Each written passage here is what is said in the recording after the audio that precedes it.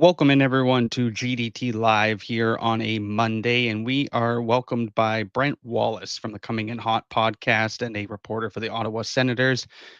Run a great podcast over at the Coming In Hot. It's fantastic stuff between him and Jason York. But without further ado, let's bring Brent on and talk about some Ottawa Senators. I got my Ottawa Senators shirt on today specifically for this, so let's bring Brent aboard. Hey, Cole. Hello, Brent. Thanks for joining me today. Pleasure. Appreciate you having me on. Oh, the pleasure is all mine. Let's go back to the big trade that happened at the trade deadline, and that was Josh Norris for Dylan Cousins. How do you feel Cousins rounded out the rest of the season with Ottawa? It's great question to start with. I liked the way he fit in. They just needed something different. So, and I'm a huge Josh Norris fan. I mean, he's 35 goal scorer. The kid can play. Health was an issue, obviously, we know that, but I really like the way he played. However, they bring in Cousins, who fits very well with Drake Batherson. He's a little bit bigger in size, plays a little bit different. The trade worked because Cousins made an immediate impact and helped them into the playoffs. I'm hoping for a big year from Cousins because I just think he's got to fill out. There's another side to him I'd like to see, and I think we should see it after another year of conditioning. And we all see it, Colton. You know when we talk about the Buffalo curse, if you will. Everybody leaves Buffalo, and suddenly they're winning Stanley Cups and scoring titles and everything else. So I exaggerate a little, but you know what it's like. People leave Buffalo, they've got tons of talent, and they find their game. Cousins was a guy that I loved watching in the WHL, especially. He was just a man amongst boys in that league. And I think that this move for him is just definitely a great change of scenery. And I expect a big year out of him this year. What do you kind of expect from a point standpoint or from a point total standpoint? Oh, great question. I think Ottawa still needs a top 6 winger, and I don't know where that fits. So if it fits on Cousins' line with Drake Batherson, I think it's a big year for Dylan. I suspect they'll start the year with Fabian Zetterlund on that wing. We'll see. He struggled when he came over from San Jose. I think he had 1 goal in 20 games. I would think Cousins would probably finish top 5 in scoring on that team if he gets off to the right start. Yeah, absolutely. Another player that was brought into the team, of course, at the trade or at the draft, Jordan Spence. How do you figure that? How does that kind of revamp the blue line a little bit? So that's a good one because they signed Nick Mattampalo to a one-way deal at the end of the season or in the summer because he looked really good with Tyler Kleven in a top 6 role. He played at 4 Nations. He was an injury replacement, but he looked very good at 4 Nations. He went to the World Championship. He's done an awful lot in his year of being, I'll call him a full-time NHLer this season. Jordan Spence is interesting because he's not the same size as Nick Mattampalo, so he gives up a lot of size if he's going to be in that third pairing. The interesting question is Nick Jensen going to be ready to start the season? He had back surgery or hip surgery, I should say, in the offseason. Nobody really knows the extent of what his rehab is looking like. So if he can't play, then Spence is an automatic fill-in. If he can play and it goes Artem Zub, Nick Jensen, it might be Jordan Spence that may bump him, Nick Mattampalo out, or we see them rotate, depending on who the opponent is, perhaps on a nightly basis. I do like it. It gives them certain depth. I mean, if I'm not mistaken, Spence averaged around 18 minutes last season, or it might be 19 now. I can't think. But I think he looked really good in LA. He wants a shot. I think he can play. Yeah, absolutely. I think it'll be a good change of scenery for him as well. A veteran guy that was brought in, Lars Eller. How does the leadership quality of what Eller can bring help out Ottawa and this young team? I think it's huge. And it adds another Stanley Cup winner to this team. And I know people are like, well, does it really matter? But on a team that's been fairly used to losing and not understanding Mhm. exactly everything it took to be competitive and what it took off the ice, you've now added another guy who was instrumental in that 2018 run with Washington. And he will fill in right where he knows he needs to, where he fits in as a fourth line center. And if Shane Pinto or Dylan Cousins get hurt as up the middle, then he fits in there. Like he can spot them out very well. 1,200 games in the NHL. He's a very smart player. I like the addition of him on that fourth line. How would you grade the Senators off season so far? It's a good question. It was fairly uneventful, which if you've covered the Ottawa Senators for the last 10 years is rather disappointing because it has been an absolute nightmare most times, but always something to talk about. So I'm a little disappointed that we didn't pull off some big decision that we could talk about all summer. Claude Giroux possibly Totally. not re-signing was the biggest offseason news, and that lasted for about 2 weeks. Uh, Steve Stamkos did a very good job of filling in parts that he needed to. He needed depth on the right side. He got that. He needed a fourth line center. Adam Gaudette was gone. He got that in Lars Eller. He signed Mm. Eller into a bigger deal. He'll get all kinds of time in the top six role. I mean, Hey, fairly Brent. quiet, which is good. Yeah. Yeah. No, no. I just was gonna say, like, something to talk about. What do you make of the Eric Carlson rumors and him coming back Uh, to Ottawa? Like, is there there's anything there? no, we like Okay. Ottawa. It's really nostalgic for its former players. It doesn't fit. Like I know what you're saying. Oh, you could fit a 3-time Norris Trophy winner anywhere, but money wise, this just doesn't seem to fit for Ottawa's needs right now. They have Jake Sanderson, they've got Thomas Chabot, they've got some guys who can play. Tyler Kleven's also on that side. I know people love Eric Carlson. I just don't see it at this point in his career. Mhm. Yeah, absolutely. And speaking of defensemen and young defensemen coming up, Carter Yakimchuk, another guy, of course. I've had the chance of watching him throughout the season as I work for the Kamloops Blazers as well. So I've got to see him as well. But what did Yeah. you make of the draft pick with Logan Hensler? How do you like that? I like it. Like we get all wrapped up in draft picks and thinking that they're all going to be 10-year veterans in the National Hockey League, which just isn't going to happen. So I like that they've added depth in adding Yakimchuk and Hensler over the last two drafts and as first round picks. But I don't know where they play out. Like Carter Yakimchuk is not a lock to play in the National Hockey League this season. He may get a couple of games. And I know he looked really good at the end of camp last year, but training camp and the NHL regular season are completely different. So Mhm. he will see some time, obviously playing in Belleville in the AHL. I want to see him develop. It's my understanding is he's got to get better at his skating. And Logan Hensler, he's going to go back and work on his game. We'll see him in a couple of years, but I mean, defensemen always take longer typically to develop, and we'll see what these guys can do. But all signs point to them being very talented National Hockey League players. Absolutely. To me, from an outside standpoint, the Senators kind of seem like they finally have some organizational structure now that Steve Staios is involved and Michael A good Andlauer's way to there. put it. Yeah. How do you kind of feel that the new ownership and new management has taken this Senators team? Have they kind of revamped it a little bit? Well, I think I've had a couple of players say to me like, we run a professional organization now. And that's what it feels like. It just feels like whether or not they make a trade that works out or not is beside the point. It's the fact that they've quieted all the nonsense down around this organization. And you feel like this is a team from the top that's committed to winning. They're committed to building a really good product and they want to succeed. So they'll do whatever they think is they can do to succeed. Listen, Steve Stamkos may not be the greatest general manager ever to be in the National Hockey League. I get it, but they're trying to build a winning team, and I appreciate Mhm. all the efforts they've done doing that.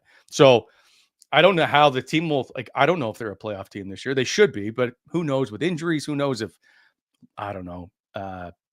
Linus Allmark is hurt and is out for a while. Like any of that stuff could happen. But this right now is a team that's legit, and they're on an upward trend for sure. What did you make of Travis Green coming in behind the bench? So that one caught a lot of people, I think, by surprise a little bit, because he didn't have a Mhm. winning record coming into Ottawa. I think it was a 434 winning percentage, I think, at that time. Um, Right.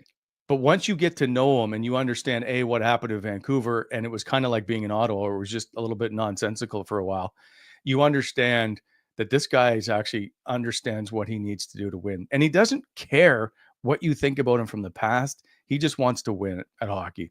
Um, I, I've had a few chats with him outside of him on camera, and I really like him. Like, he's just a good guy. He's funny, uh, but he is driven to win. And what he's been able to do with this team that was a terrible defensive group and get them to rethink of how they're playing was a huge shift and a huge change for this team. They, by the way, like, people don't understand that they had 45 wins last year, which I think was the third most or tied for third most they've ever had in franchise history. Like, it quietly went unnoticed at how good this team actually was. From November 24th on, I think they were sixth overall in winning or points percentage in the National Hockey League. Yeah, and that's incredible when you think about it, right? Because like everybody's kind of dumped on the Senators over the Yeah, last few years, and they seem to yeah. finally be turning that corner and making themselves competitive. You kind of touched on it, but like, is there a bar that's set by ownership for maybe this season? Like, hey, let's try and make the playoffs, or is it just kind of like another year where they just see how things kind of pan out? Nah, that's always you got to make the playoffs. Yeah, Now it's can you finish in the top three in the Atlantic Division, which has been a yeah. hard thing to do when you've got Toronto, Florida, Tampa, and up until last year, Boston. Like, the Atlantic Division is a tough group. And now Montreal is charging. I mean, they were the second wildcard team, Ottawa first last year. They want to be in the top three. I think they missed top three by 1 point, if I'm not mistaken. So they're hoping that they can crack that spot. Who do you feel is the most underrated player on this roster? Mm, good question. I I'm not prepared for this one. I, Drake Batherson, I think, has the best hands on the team. Yeah. But he plays under the shadow of obviously Brady Tkachuk and Tim Stützle. And and David Perron, I know he's played over 1,000 games and has a Stanley Cup. He doesn't get a lot of attention for all the stuff he does around, like board work, the way he plays the game away from the puck, if you will. I really like the way David Perron plays the game. Michael Amadio would be another one for me, where Mhm. they work really well. They get the job done. And they're just not flashy about it. David Perron's a big one for me. I like that pick. Perron's always been a guy I've grown up liking, and yeah, it was great for him to get a Stanley Cup. And I think he's one Yeah. of those, modern day grinders that just, yeah, doesn't get enough attention. I don't know if you could Yeah. call him a grinder, but No, right? Like he's had a ton of skill, but you just don't ever think of him as that guy to be the one yeah, that's leading the team, if you will. yeah, no, 100%. Hey Brent, I wanted to kind of go back into your career a little bit because I thought that would be kind of fun. You've been around with the Senators for a bit and you've seen the different eras, but you've covered, some crazy stuff, of course, in Ottawa. What is kind of like stood out to you as the most chaotic moment in Senators history?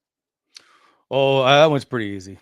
Yeah. That would be 2017 Parliament Hill Winter Classic game, or the Heritage Classic game. The day before the game, Eugene Melnick, the former owner of the team, would always have an annual Christmas skate. And so we were all waiting for him, and he was doing it at Parliament Hill that year, but he was like 2 hours late. I don't know. He was traveling from somewhere. He was just delayed. And then he gets into talking about, well, if you don't buy groceries at the grocery store will move, and the McDonald's, and we'll just move. Like, so he was hinting at moving the team if people didn't support it. Like, it just became a mess. Um, and so that's when I asked him, because there had been a lot of stuff that was going on that whole entire summer leading up to this. And he knew that was working on finding out some information. Um, and so one of them was he wasn't paying his employees bonuses, that, like, they were changing the structure of their contracts anyway. So I asked him about it, and he didn't like it. And so afterwards, we had a quick chat. He's like, "Where'd you get that info? Why didn't you tell me about it?" And I'm like, "Well, why would I tell you about it?" And then later he came over to me and he just said, "I'm going to bury you." And so that would fall into the most chaotic moment in my Senators history. That sounds insane, honestly. What was Yeah. he like as an owner, like to deal with? Just So early on, great, like fantastic. We would chat. Like he was a big horse guy, and mm, I went to cover Big Brown, who was attempting to win the Triple Crown, and I went to Belmont Stakes, and I knew that he was big into horses, so we chatted leading up to that, like every day about what I needed to know and understand. And he was very, very good to me. Um, I would say after the liver transplant, somewhere in there, just there was a huge shift in how he treated people and behaved. And that was a big one. And so near the end, it was just an absolute gong show of an organization. yeah, for sure. I remember the fallout with that, of course, too. Um, you covered the 2007 Stanley Cup final. What was that like for you? Exhausting. If you cover a Stanley Cup like so with your team, I worked 61 of 63 days, I think, that spring just on the playoff run.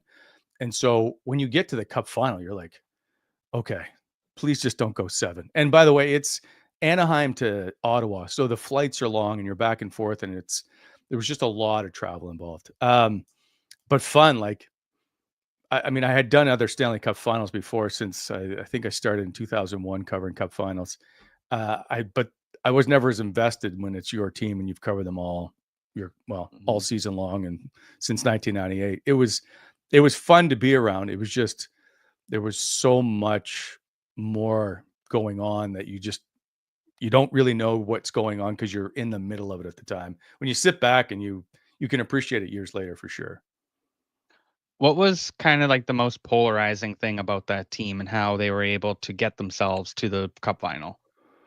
Well, that would probably go back to like Ray Emery, Yeah. um, all the stuff leading up to just they weren't sure who their goaltender was going to be. Ended up, and then all suddenly it's Ray Emery as the goalie. Like there was just a lot of weird things that happened off the ice with that group, and then you just saw it play out. Like they just didn't have the answers for Anaheim once they got to the Cup final. Yeah, that Anaheim team was ridiculous. I often recall Brian Burke talking about just how loaded that team was in sense They were of, pretty good. just role players and guys that were able to Yep. get the job done. But, you've also had the chance to kind of watch throughout the years different leaders come in, Daniel Alfredson and Jason Spezza and Brady Kachuk. What is kind of different about each leader? Ooh. See, and Lexi Ashton was the first captain I dealt with. I've always Yes. been like, you don't have to. That letter doesn't always dictate that you're the leader of that group. Alexi Ashton was never really the leader of that group. Um, Alfie was every bit of him a leader. Like, if there were players that may not want to have spoke to the media on certain days, and he would be like, "Hey, they want you out there. You go speak." Uh, he would make sure everybody was looked after and taken care of. He was very, very good. He was like, and he won the Mark Messier Leadership Award. He was full on. I think he also won the King Clancy. Every bit of him is a leader. Eric Carlson, not he just wasn't the leader type. Like great player. He's not captain leadership type guy. That's not who he is. He's more of I'll get the job done. Follow me in the way I play. But he was a leader on the ice, just not so much off it. Brady. So Brady got the captaincy really young, which I'm never a really big fan of. I understand why you do it, but it just never really seems to. It's just not something I like. Doesn't matter what I like. But uh, he's very much a very good leader. Some of the stuff he does off ice and how he takes care of people, how he reaches out to make sure everybody's okay. I really, really like Brady Kachuk as an individual off the ice. And people can be mad at Matthew Kachuk and Brady about how they play the game on the ice, but that is a terrific Mhm. family. I will tell you, like, there's not a lot of people that I would go out of my way to really praise. That's one of them. Like when I got laid off, within a couple hours, I remember Keith Kachuk had reached out to me. Keith and I had never texted before. And he just wanted to say, "Hey, sorry to hear it, blah, blah." But he was like very good to me. That family's just really good people. And it sure seems like it from what everything that Brady has kind of done in and around Ottawa already for the Yeah. community. He just seems like a wonderful guy. What else can you kind of say about Brady and how his leadership plays a huge role in the team? Like, Well, what is he kind of, is he boisterous? he's so Brady's not only the leader off the ice and everything that runs through that team runs through him, but on the ice, you noted like he will drag you into battle. And that's what the trademark is with Brady. Like you better show up to play because that guy is playing every night. There's not many nights that Brady doesn't play. Like you can see him compete every night. Does he get the job done every night? Is he perfect? No. But that's a guy that you better be ready to play with because he is every bit is engaged in every game. Just wants to win. What is Claude Giroux like? Like, such a veteran presence, of course. Like, what is he kind of like in the locker room, and have you gotten to know him quite well? I I really like him. He's a little salty, um, not Yeah. overly warm and fuzzy, but if you get him off the ice, he's a different guy. But like he doesn't go out of his way to have conversations with you. But I really like he's a leader in that room and has the utmost respect by every player in that room. And we can get to it later about whether or not he should be a Hall of Fame player or not. But his like if you look at his stats, and I think for a 5-year stretch, mid 2000s or early 2000s, like 2005, he was, yeah, right after the lockout, he led the league in scoring overall, most points over a 5-year stretch. Like he is a very, very good hockey player, but off the ice, he he does take care of that team. I don't know how to put it in succinctly, but Claude Giroux, you want to play with Claude Giroux. That's because he wants that will to win is like a Brady, that they will try to do whatever they can Mhm. to will you to victory. I think he's a Hall of Famer. Well, but so he's never won a major award. He has been That's on the yeah. Olympic team. Like he doesn't have a Stanley Cup, which seems to be, despite the fact it's not called the National Hockey League Hall of Fame, it's just a Hall of Fame, seems to be some kind of barrier to entry. Now, Alfie, when he went in, didn't have a Stanley Cup either. And there's a few more lately that haven't won a Stanley Cup. But Claude Giroux is, I think he's top 70 all time in scoring. I just think if you can, I almost like if you score 1,000 points, you should almost be a lock into the Hall of Fame. 1,000 points in the National Hockey League is a crazy stat to me. Yeah, absolutely it is. I wouldn't disagree with that being like like a circumstance to getting into the Hall of Fame because yeah, 1,000 points is just something that is, it's kind of unprecedented. Not every player gets it, right? So it's No, definitely no, it's a big factor, I think. but anyway, nobody cares. I don't have a vote, so it doesn't uh, um, Danny Heatley, Mr. 1507 himself. matter. What was it like watching that go on and just that insane season that he had? Back to back 50-goal seasons. Eh, Yeah, Only player in Sens history to have 50 goals in a season. damn. And he started that year, if I'm not mistaken, with a 22 game point streak. The first year he joined the Sens, he had a 22 game point streak. He's he like fun to watch. And but the problem we're surrounding that was how the trade went down. Marian Hossa was Mhm. well loved in Ottawa. People revered him. He was a hell of a hockey player, obviously. He's now in the Hall of Fame. Uh, but he wanted his money, and rightfully so. So he got a 3-year, $18 million deal. Ottawa was a bankrupt, cash-strapped team. Weren't bankrupt at the time before they were. They just couldn't afford him, so they trade him to Atlanta, and they get Danny Heatley, who at 3.25, they save $2.5 million a season, and they get. Oh, he's a world class player. Let's not like he was on the Olympic team, top line player. Anyway, played in the World Cup. So that was a little bit. A lot of people have resented the trade. Um, but he just could flat out play. That line, the Spezza Healy Alfredson line, when they were on, was just ridiculous to watch how good they were. Yeah, I remember watching those guys growing up, and I'm born in '96, so I kind of got to see a lot of that just as I was like, really getting into hockey. And Yeah, I remember watching those guys just absolutely tear the league up. What was Alfredson like? I mean, I gotta ask, like, what was he like to deal with? great.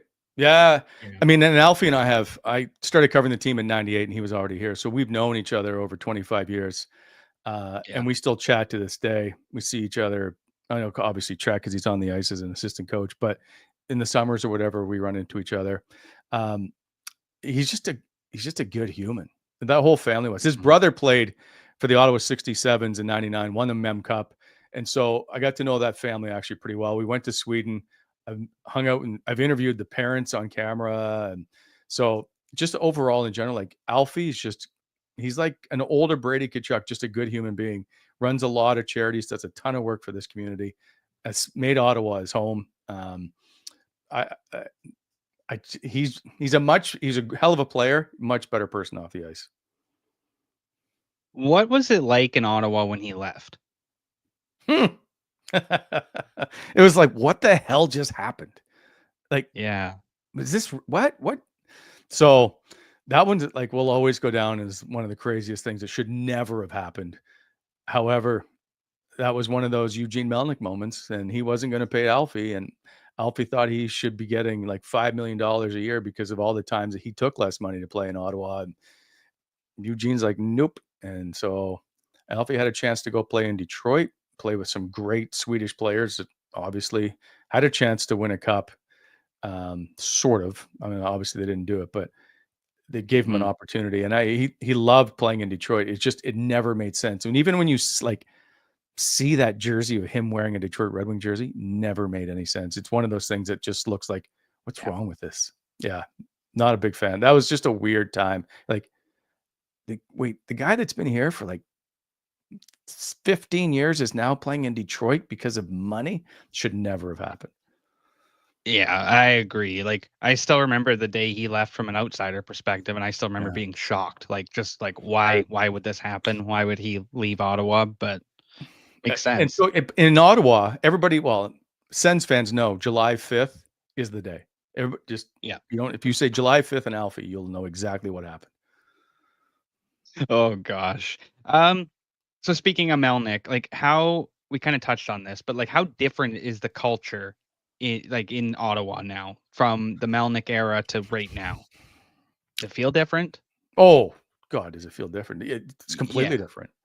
Yeah. So, like, we would need a 4-hour show to go over all the nonsense that was going on. But like, there was a lot of stuff that went on that should just never have happened ever. And you'd be like, is this real? Like, this was a real hockey organization that was being run into the ground. It was just a mess. And so people will never really fully appreciate it unless you were in it. And it was at the end just a nightmare. Everything that like there was so much they were trying to ban reporters. I got eventually kicked off the charter. Um, and then when I lost the job at TSN, they wouldn't allow me to still be accredited to come back, even though uh, I was still a working member of the media. And now I'm fully back as an accredited media member. Like, just there's so much stuff that burned bridges, even in the business community. It's taken a long time to bring the business community back because of all the stuff that went on with Eugene Melnick, and it's just a completely different world. I mean, the owner and I are having conversations, and he's on the show and whatever, and that would never have transpired back in the Melnick era. Hmm. That's And an like interesting Eugene Melnick just perspective. wanted everybody to kiss his feet, and when that didn't happen, he got very upset about it. Gotcha. Yeah, I mean, I heard just how difficult he was to deal with. So, I mean, makes sense when it's put into that statement there. But, who to get on to something fun here, who is the most Yeah. candid or like crazy person you interviewed from the Sens? Who was always just a good interview? There's a lot. Andre Waugh was a little Oh unpredictable. yeah. That would be near the top, probably number one. Eric Carlson was unpredictable. Um, Always enjoyed it, but he was unpredictable. You never knew what he might say or what he might do. Um, those would be top two. God, I'm trying to go back over 25 years of people. I really liked interviewing Dominic Hasek. A lot of people didn't, Mhm. but for me, he was always really good to me, and I quite enjoyed it. So there's been a lot over the years, but Andre Waugh would have been the most unpredictable. What was Dominic Hasek like coming to Ottawa? That was on the tail end of his career, was it right? Yeah, and so the problem with that is the lockout year took 1 year Mm. off. But if he didn't get hurt at the Olympics, he was having the best statistical season of his career, I believe. Uh, and he could. So the way I put it, everybody thought he was good to go, and the night going into Buffalo, I believe it's Alfie Redden and Phillips take Dom out to dinner, and he's still not playing, but they've seen him in practice, and he looks great in practice. And he's like, "No, I can't do it. I can't play." And they're like, "Just stand there. You at 80% is better than any goalie in the world. Just stand there." And he wouldn't do it, and it really soured the team. That was the time of like, okay, no more Dominic Hasek. But he was. I'll put it to you this way: he wasn't like a hockey player as much as, you know what, like artists are like if their paintbrush isn't perfect, they're not like can't use that paintbrush. He Yeah. was just at a different level. Like he needed to be 100% and ready to go, and he just didn't feel it. And so he didn't play. But my God, when he played, he was really good. Like if he didn't get hurt, he's probably the biggest free agent signing in Sens franchise history. Like you just signed arguably the best goalie to ever play, like a 2-time Hart Trophy. I know Patrick Waugh fans will be like, "No, come on now." But if you look at Dominic Hasek's body work, it was very, very good. Um, Yeah. that's a massive, massive free agent signing. And that was the argument with John Muckler. John Muckler never got the credit really he deserved. He had 4 100-point seasons, took them to a Stanley Cup final and an Eastern Conference final and a President's Trophy, if I'm not mistaken. And he just doesn't get the credit really he deserves of being a huge architect in Ottawa. He took that team that couldn't beat the Leafs. I mean, they still can't beat the Leafs in the playoffs, but made them start to talk about winning the Stanley Cup. He's like, "You guys all fear talking about winning the Stanley Cup. You'll never do it unless you start talking about it." So he put up pictures of the Stanley Cup. He changed the entire locker room. He just everything about it was all to focus on talking about and getting to finally win the Stanley Cup. Just didn't happen. 20, I think it was 2016. What year was the Andrew Hammond run? 2015. I feel like it's 2015. What 2015. Yeah, what went on there and how crazy of a run was that from your perspective? Again, like you don't know it's happening until you're Yeah. 10, 15 games in. Like, okay, so Andrew Hammond, for those, was never supposed to play any hockey in the National Hockey League that season. So they already lost Craig Anderson, and now Robin Leonard is starting games. Andrew Hammond's the backup. Clark MacArthur collides with Robin Leonard in Carolina in February and sustains a concussion. So in comes Andrew Hammond, and suddenly they can't lose. And they are, I think it's 22 points out of a playoff spot. They all of a sudden to run together at the moment now. Everything is blurred because I'm old and can't remember everything. And they start to just win, and Andrew Hammond can't lose. And so you're like, okay, like eventually, like Craig Anderson's coming back and this will all settle down. But like then Andrew Hammond's like player of the week, and it feels like he's player of the month. I might be wrong on that. And then we are in Minnesota. Sorry, we go from then they play back-to-back Minnesota and then in Winnipeg. And in Winnipeg, Dave Cameron announces that Craig Anderson's going to start the game. And this is probably early March. I think this is right around trade deadline, which is why I'm traveling on the road. And all of a sudden you look over and Craig Anderson's having a discussion with the goalie coach, Pierre Gru, and then Cameron goes over. Cameron comes back over and goes, "No, Andrew Hammond is starting tonight." So the run continues. That Craig Anderson wasn't ready to go. And so we get down to those final games, and they're in New York. They need to win that game. It's a massive win. Then it's the Philly game on the last game of the season. They needed to win that game to get in, and they won it. It was a cool thing to be a part of, to watch that. Yeah. And normally, like, we wouldn't travel on the road for every game. And I think I did almost every one of those road games. So it was cool to be part of that traveling time with the team.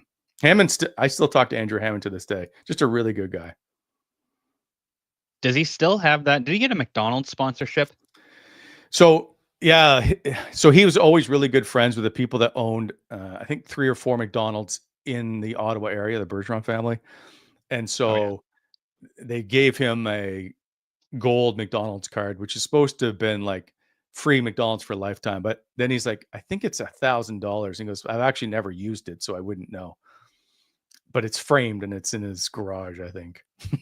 Oh, that's awesome. Yeah. Okay, so you didn't travel on the road too much, but what was your favorite road arena to go and cover in? MSG was always cool. Yeah. Like I enjoyed the Bell Center in Montreal. They just do a really good job. It's just you feel different in that building for whatever reason. Um, it's a massive building, but you just feel like you're in some kind of shrine, for lack of a better term. I also worked in Montreal for a year before I joined TSN, so huge appreciation for Montreal. Uh, yeah, I'm trying to think of Chicago was always you just because at the time the Madhouse in Madison was always loud and I enjoyed that. Yeah, those are a couple of them for sure. What's your favorite snack to have up in the press box? Whatever's there, I will eat it all. Yeah. Ottawa, Ottawa just gives out popcorn. There's a few that, like in Pittsburgh, they've got like a pretzel machine, and then they've got fishies, and they've got I don't know if they have sour candy. Like it's a very good press box. They also have RC Cola, which is the only place I ever see it. It always reminds me of the Pittsburgh Penguins press box. Boston's very good too. They always have really good like pastries and stuff. Boston's very good. So one of those is, just whatever it is. I'll eat it.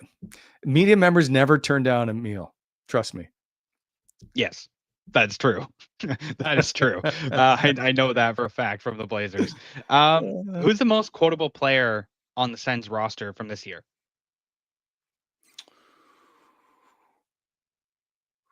Probably Tim Stutzla. Uh, Yeah. he made the comment. Him and Thomas Chabot. I think it was Chabot first. I might have this backwards. I'm gonna go. Tim said it first. We've seen some shit here, or we've been through some shit. Was what because he was talking about how things have turned around after so many years of craziness. He's very quotable, and he's just because I'll find if Europeans will speak a little differently. One, it's a language thing, but they also don't have the same reservation sometimes about saying certain words or whatever. And so Tim Stutz, a very good quote. Shane Pinto, very, very good. He's always got something. He's just always in a good mood. So I always enjoy Shane Pinto. Who would be on your Senators Mount Rushmore? I know it's a loaded question to ask, but For talent or for yeah, interviews, for talent. best Talent, all yeah. time. So four guys. Yeah. Well, Alfie has to be there. See, the problem Mhm. is you go Alfie, Spezza, Heatley, and then you don't have, and it's Eric Carlson would be fourth. Like Yeah. Jason Spezza was a point per game player for 650 games with Ottawa. He was a hell of a player. He was one of the I would pay to watch him play. He was so good. Um, I mean, Danny Heatley was a two-time 50 goal scorer. Tough not to put him there. That's why the Sens Mount Rushmore, because they don't have the history. They've gone. One of the problems I always found with Ottawa during the disastrous rebuild phase of felt like forever was so many players. At one point, they'd used the most players, I think, over a 3-year stretch. Like it was, I don't know if it was 100 players. It was a crazy number. And so they just have a bunch of guys that have played 30, 40, 50 games. And it's they just don't have the history yet. And so they're starting to build it. I think now, like you see Brady Kachuk's now in the top 10 and Tim Stützle's moving his way into the top 10. And there's a few more guys, but for a while it was just Alfie, Heatley, Spezza, Eric Carlson, and then that's about it. Like Dominic Hasek would be on my Rushmore only because he was so good. And I know it wasn't even a full season, but he was just a hell of a goalie. Um, there's a few players, like there's a few weird players. If you ever go through names of like he played for the Sens, when you look like Sergei Gonchar was an Ottawa Senator. Mm. Alex Kovalev was an Ottawa Senator. Like, there's been a few weird ones. Some very talented players. They just weird to see them as an Ottawa Senator.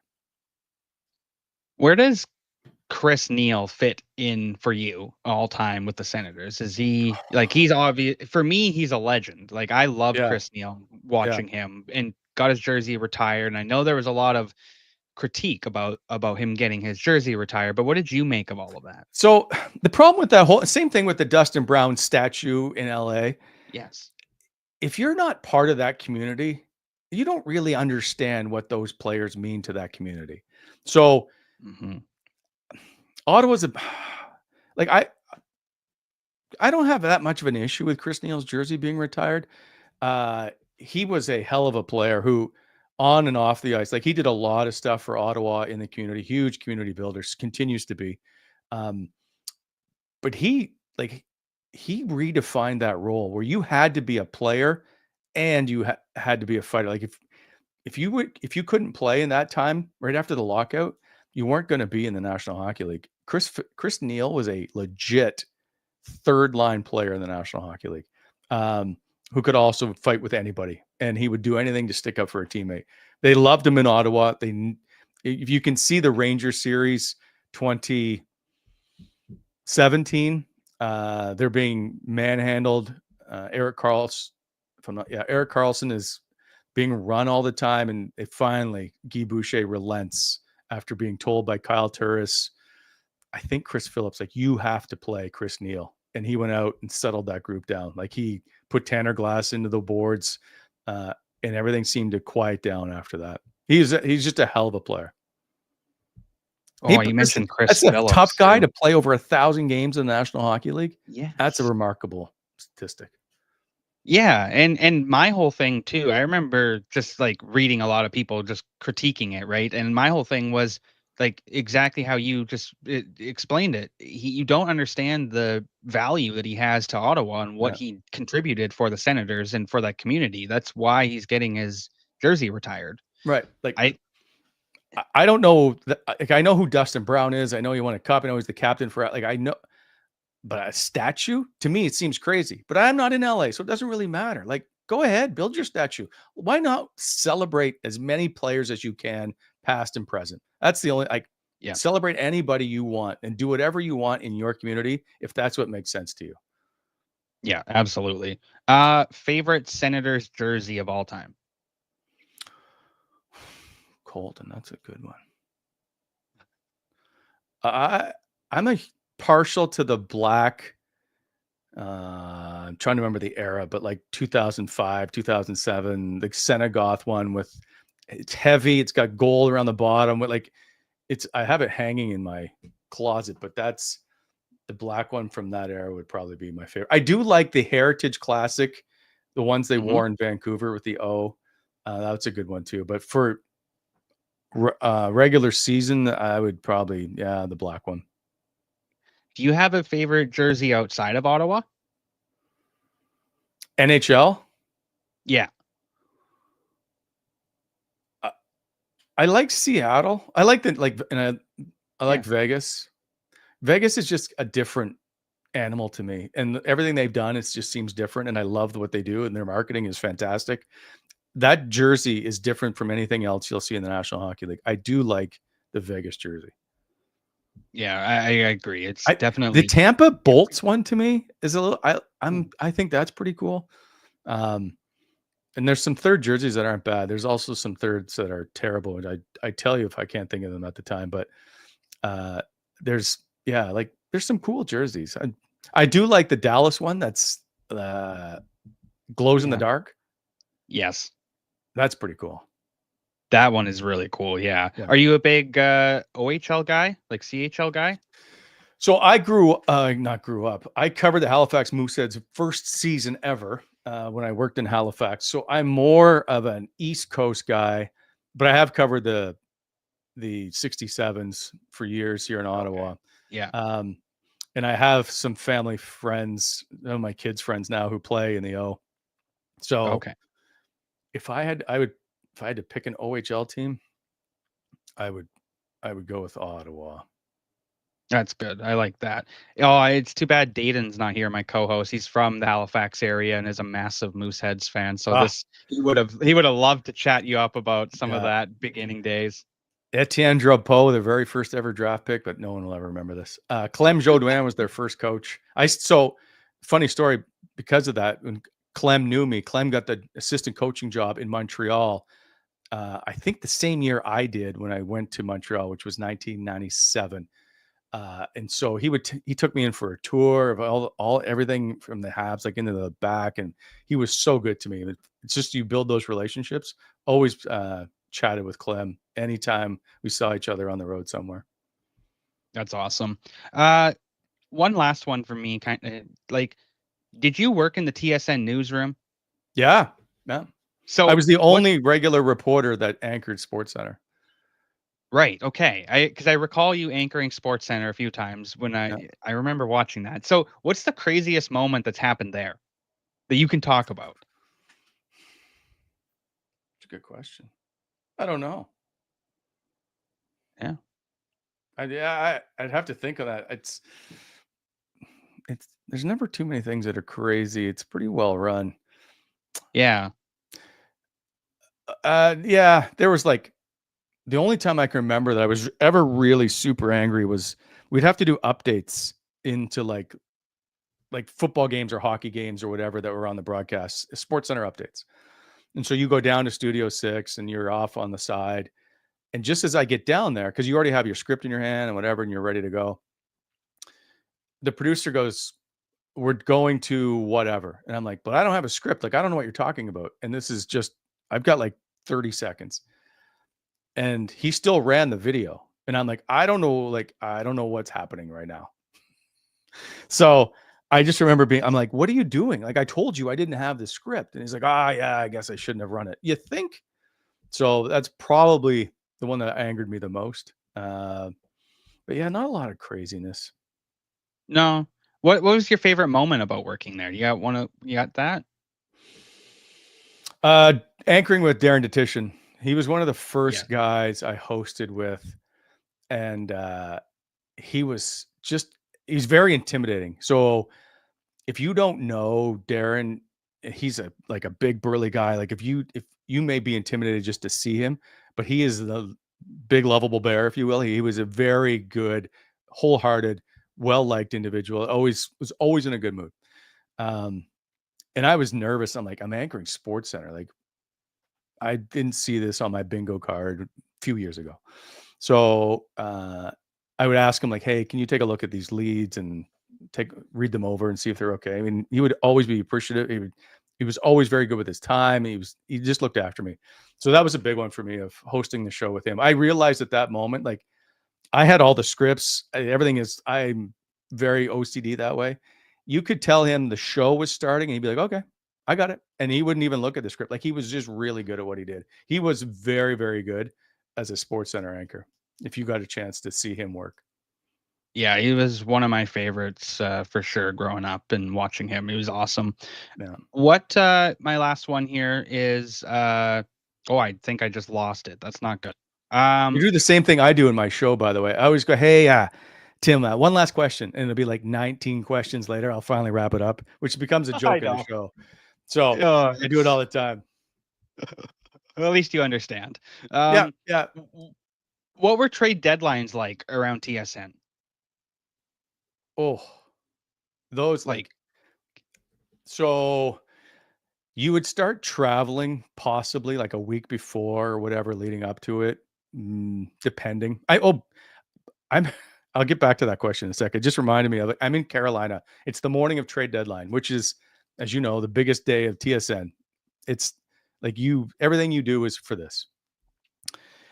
And at the time, Bell paid my or TSN paid my cell phone, and it's not working the morning of. And I find out that TSN had not paid my bill. And so Bell shut my phone off. And I'm like, it's trade deadline day. It was probably a BlackBerry, by the way. I think it's in 2006. And I'm like, you can't shut my phone off. They're like, well, the bill's not paid. So I had to scramble to get TSN to unfreeze my phone so I could continue working trade day morning. That was the craziest one for me. But everything is heightened. So even if you saw little things, you were always you would like, ended up being an email chain, but you would have like Bob McKenzie, Darren Dreger, Pierre LeBrun, whoever was the insiders at the time on an email. You'd be like, hey, I just saw this, or I was just told this, or hearing this. So you're always heightened as to what's going on around the team. And then you just start telling. So you tell Dregs or Bob, and then they start making phone calls. Okay. That's cool. What? Oh, okay. I gotta this now. Jeez, we're just gonna keep going. What was Bob McKenzie like? The Bob father. Yes. He was very good. I remember. So in 1999, it's Wayne Gretzky's final game in Canada, which ends up being in Ottawa. I'm like, I have bronchitis or something. I'm sick as a dog, but I still got to do the job. The Rangers are staying at the Chateau Laurier in Ottawa, and you're not allowed as a media camera to be in hotels. It's a rule they have. They just don't want cameras around hotel lobbies. So unless you have a room, you can't stay there. Well, at this particular moment, we're allowed in the lobby, but the Rangers aren't talking. Nobody will say a word about Gretzky's final game. They won't even look at me. Bob goes, hang on. He walks over to Adam Graves, and then Adam Graves walks back over to me, and Bob goes, he'll talk to you. And that was the moment I knew Bob McKenzie could do whatever he wanted. So that I've never forgotten that one. Bob was always very good to me throughout the years. So I was like, if Bob needs that, Bob can have it. Yeah. He could call anybody anytime and they would answer the phone. That's so cool. Wow, that's exactly how I picture him, though. Like, just being able to just kind of control everything around him and just get the answers that he wants. Like, he's always seemed like that type of guy. That's awesome. Hey Brent, where can everyone find your work? Coming in Hot podcast, and where else? I always struggle to promote my own stuff. You can just check. I prefer the YouTube. Like we're on YouTube and on all the podcast partners, but we put a lot of stuff into our show. So I always try and promote the YouTube side of it, which is Coming in Hot. But then you can find us. God, just type that in somewhere. But you can check me out at Local Podcaster on Twitter, and you should be able to find all the info. Coming in Hot Sends on Twitter as well. But yeah, we just like doing I keep telling people I have some makeup left over, so I enjoy doing the YouTube side of things. Oh, that's awesome. No, it's a fantastic program. Seriously. Thank you so much for joining me today, Brent. It was a pleasure to talk to you. Colton, I appreciate it. Anytime. Awesome. Sounds good.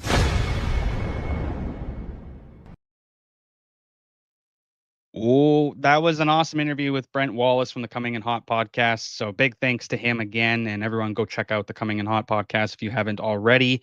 That about does it for today. Good little interview. I learned a lot about the Ottawa Senators. I thought that was fun. Still rocking my Senators t-shirt today, just because I figured that would be a good thing to wear. But yeah, guys, I hope you guys like the rebrand. Dayton has put a lot of work into that behind the scenes, so it's been really cool to see what he's been able to create and just do kind of for us. So hope you guys like that. The full rebrand's on our Twitter, on our Instagram, and on the TikTok as well. Other than that, tomorrow we got Sam Nestler from the Dallas Stars joining us. He reporter for the Dallas Stars. So we're going to talk all things Dallas up there, wherever that is, and that should be a fun one. I don't know if Dayton's back tomorrow. He's busy being a civilian today. Got called into work, so not too sure if he'll be around. But if he is, then it'll be both of us, and if not, it'll just be Sam and I doing our interview. But that about does it for us today here on GDT Live. So we're back again tomorrow at 11 Pacific, 2 o'clock Eastern here on GDT Live. What's going on, everyone? Thank you for tuning into another video over here on the Game Day Tarps podcast and the Hockey Podcast Network. We've got so much more where this came from, so smash the like button, subscribe, and don't forget to hit the bell, turn the notifications on so you never miss a beat. For myself and the rest of the guys over at Game Day Tarps, we thank you, and we'll see you next time.